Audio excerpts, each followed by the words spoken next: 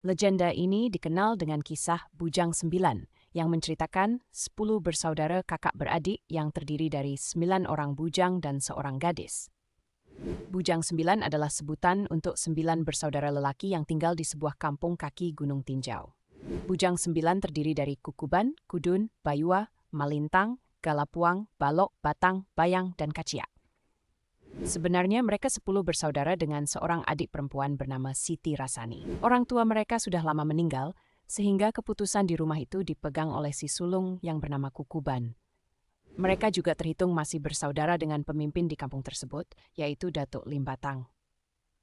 Baik Bujang Sembilan dan Siti Rasani adalah anak yang giat, sehingga Datuk Limbatang, paman mereka kerap mengajari keterampilan untuk bertani dan mempelajari tentang adat setempat.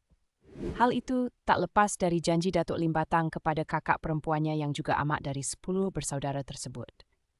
Setiap datang ke tempat Bujang Sembilan, istri serta putra Datuk Limbatang yang bernama Giran pun turut serta. Para lelaki bekerja di ladang, sementara yang perempuan memasak dan berbenah di rumah. Seiring berjalannya waktu, kemampuan Bujang Sembilan menggarap sawah semakin baik dan membawa hasil melimpah.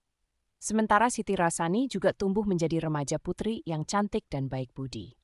Tanpa diduga, karena kerap bertemu tumbuhlah rasa cinta antara Siti Rasani dan Giran. Setelah memberanikan diri berbicara di depan kedua keluarga, hubungan mereka pun disetujui oleh kedua keluarga.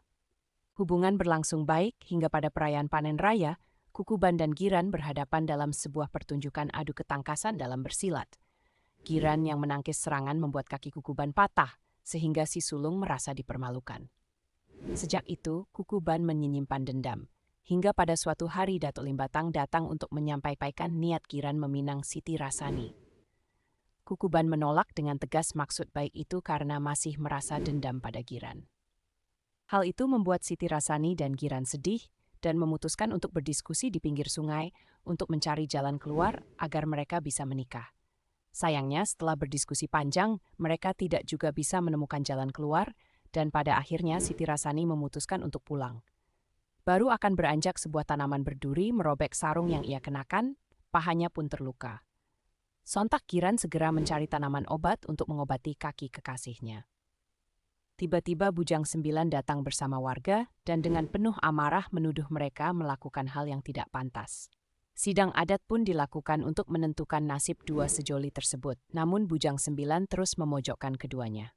Pembelaan Siti Rasani maupun Giran tidak didengar, dan hukuman pun akhirnya dijatuhkan dengan alasan supaya kampung mereka terhindar dari malapetaka. Keduanya lantas dibawa ke kawah Gunung Tinjau.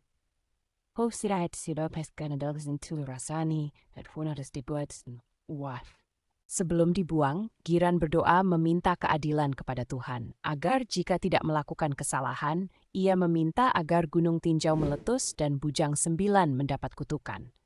Benar saja, setelah keduanya dibuang ke dalam kawah, gunung itu pun meletus dan mengeluarkan lahar yang membinasakan semua orang tanpa ada yang bisa selamat. Bekas letusannya kemudian menjadi sebuah cekungan yang terisi air dan menjadi sebuah danau yang indah.